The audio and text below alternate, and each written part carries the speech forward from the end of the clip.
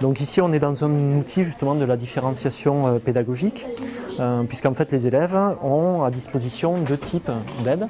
Donc une première aide qui est semi-guidée, qui va être sur les procédures, c'est-à-dire l'élève ne sait pas par quoi commencer, par quelle étape il va procéder, donc il va choisir le semi-guidé. La deuxième aide, c'est celle qui va être plutôt sur les documents eux-mêmes et sur les savoirs. Donc si l'élève par exemple ne sait pas clairement identifier dans le document quel savoir est en jeu. Donc ça permet à chaque élève, chaque groupe, de progresser à son rythme et ensuite d'arriver donc à la maîtrise des concepts qui sont en jeu. Voilà. Et donc du coup, là les élèves vont apprendre à maîtriser les critères de réussite et c'est pour ça que je leur demande en fin de séance notamment de s'auto-évaluer. Voilà. Et donc là on est dans le cadre d'une évaluation qui est plus formatrice plutôt qu'une évaluation sommative qui va se faire en fin de chapitre. Le but c'est d'évaluer dans l'acte d'apprentissage et plus seulement à la fin. Donc les outils que vous allez utiliser pour décrire vos paysages, donc, ce sont les tablettes. Donc comme d'habitude vous allez sur le site sur lequel vous trouvez les activités. Ensuite vous allez avoir la fiche d'auto-évaluation que je vais vous distribuer qu'il faudra compléter à la fin. Donc je vous avais demandé d'y jeter un petit coup d'œil chez vous. Vous avez les différentes étapes qui vont vous permettre de réussir l'activité. Et enfin, la dernière chose, ce sont les aides. Donc vous avez, comme d'habitude, le guidé et le semi-guidé.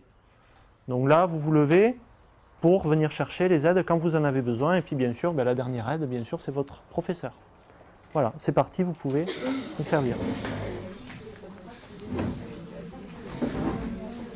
Le plan de travail, il est né par nécessité avec la mise en place de la classe inversée. La classe inversée, l'un des principes, c'est de donner du travail à l'avance. Donc il fallait forcément une interface simple entre le professeur et l'élève. Et cette interface a été le site internet. Cette interface permet d'accéder en un minimum de clics au travail demandé aux élèves. Là, en l'occurrence, sur la page d'accueil, il suffit qu'ils tapent iClass 130, donc ils tombent direct sur mon site. Ensuite, sur la page d'accueil, il y a toujours un raccourci qui permet d'aller directement sur le plan de travail, et ils sont sur le plan de travail. En 2 clics, ils accèdent au travail qui est à faire. Alors, chez moi, le plan de travail se divise en plusieurs morceaux. La première chose qu'ils trouvent, avant même de commencer la séquence, je leur donne ça une semaine avant à peu près, c'est avant de commencer. Dans une perspective de pédagogie circulaire, je leur demande d'aller revoir des connaissances qu'ils ont vues les années passées. Donc en 5 minutes, ils révisent leurs connaissances. C'est juste une courte vidéo qui permet de repositionner les choses. Ici, c'était comme la séquence portée sur les débuts du 18e et les traites négrières. Il s'agissait de travailler de revoir une vidéo sur les grandes découvertes. 5 minutes, on remet les choses en tête. Puis ça permet de combler des lacunes pour certains élèves qui auraient vu ça un peu rapidement en fin d'année. Et ensuite, on tombe réellement sur le plan de travail. Alors, il se divise en plusieurs parties. D'abord, de manière extrêmement simple.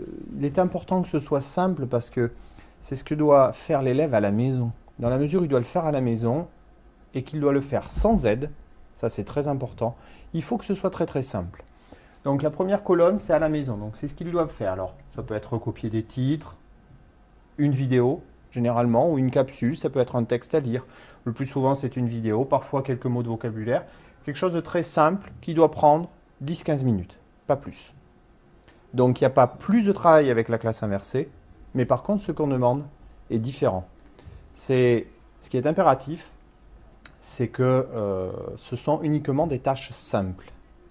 Tâches simples, ça veut dire l'élève n'a pas besoin d'aide, de l'aide d'un tiers. Donc, le principe de la classe inversée n'est pas quelque chose, le fait de donner du travail à la maison n'est pas, dans ce cas-là, inégalitaire.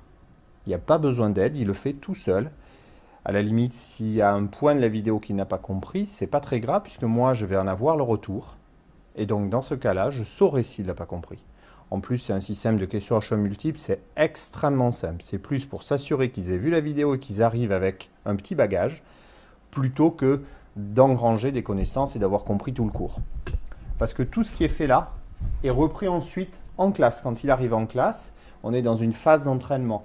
L'élève va mettre en œuvre ce qu'il a un petit peu abordé à la maison. Donc ici, il a plusieurs types d'activités possibles. Je travaille par ceinture de compétences. Donc là, ça lui est annoncé. En fonction du choix qu'il va faire, il fera une ceinture différente, c'est-à-dire un niveau différent. Donc arrivé en classe, l'élève va être dans la phase dite d'entraînement, c'est-à-dire qu'il va mettre en œuvre concrètement ce qu'il a vu à la maison et à travers des activités différentes, dans l'ordre imposé parfois ou alors dans un ordre libre, ça dépend des séances. Le plus souvent sur plusieurs séances parce que ça lui donne beaucoup plus de souplesse. L'élève va travailler davantage à son rythme. Séance par séance, c'est parfois un peu contraint, donc là ça laisse plus de temps à l'élève et ça lui laisse plus de souplesse. C'est important.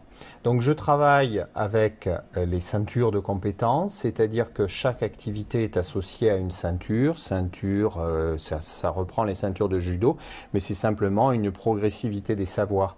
C'est-à-dire que l'élève va aller vers des travaux de plus en plus complexes.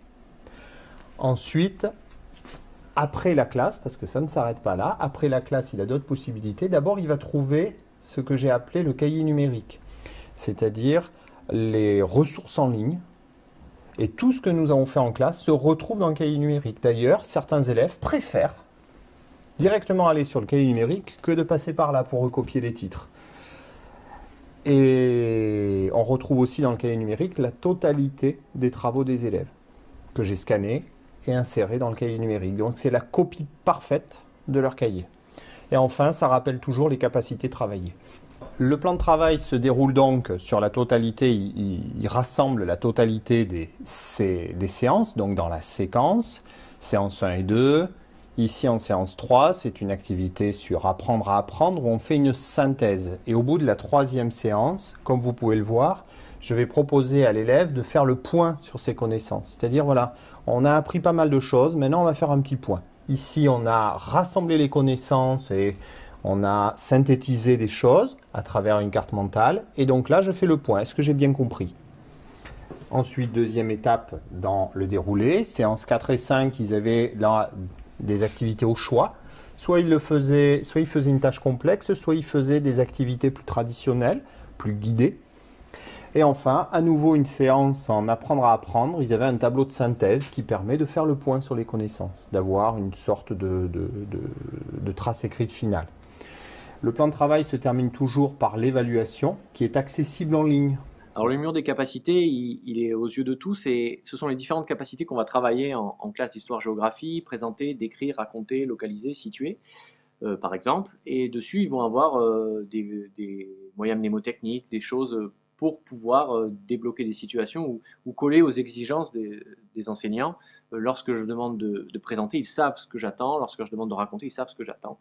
Ce mur faisant écho à un petit livret qu'ils ont tous eu en début d'année et qu'on utilise régulièrement, dans lequel chacune de ces capacités est vraiment développée selon le niveau 6e, 5e, 4e, 3e, dans lequel l'élève se situe.